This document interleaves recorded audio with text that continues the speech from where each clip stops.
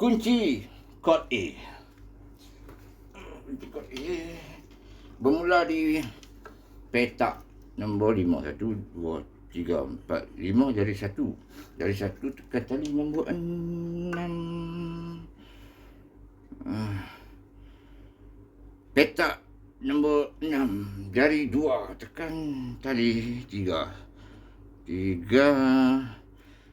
Petak nombor 7 tekan jari 3 tekan tali apa?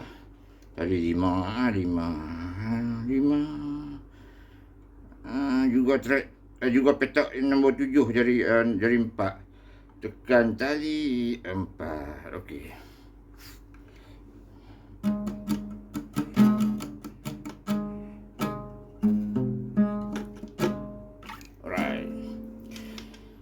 Kod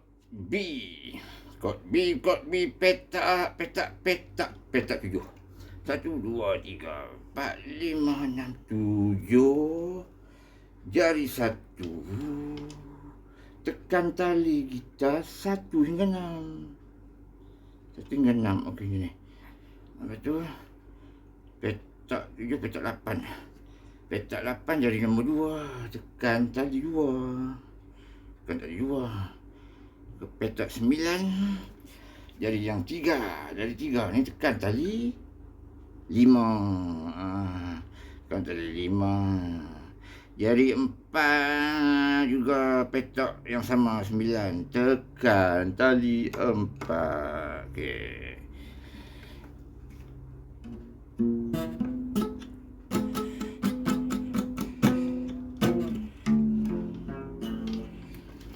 Okey, beres kod C pula. Kod C petak bermula di petak 1, 2, petak 3. Petak 3 jadi 1 hingga macam ni. Lepas tu jari 2 petak 5 tekan tali 4. Tali 4. Lepas tu petak 5 juga jari 3. Petak 5 jari 3 tekan tali 3. Tali 3.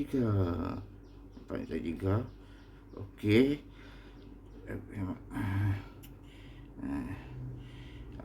Okey. 4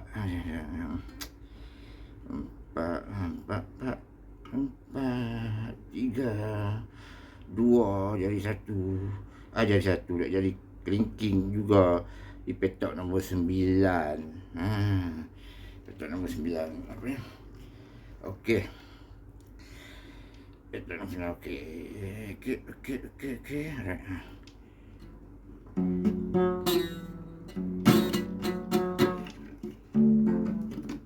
Okey, habis kod D pula. Kod D. Petak 5. Kod D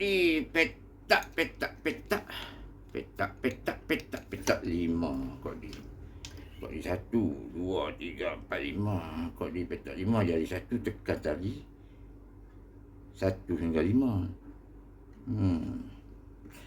1 hingga 5.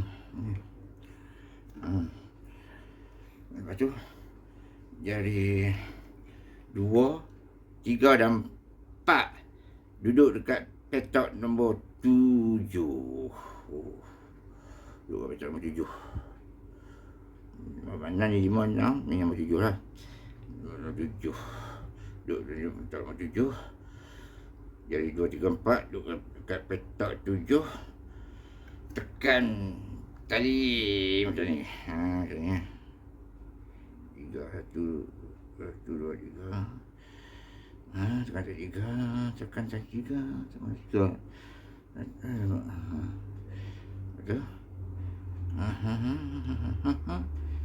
Naik ni. Cepetok sikit ni.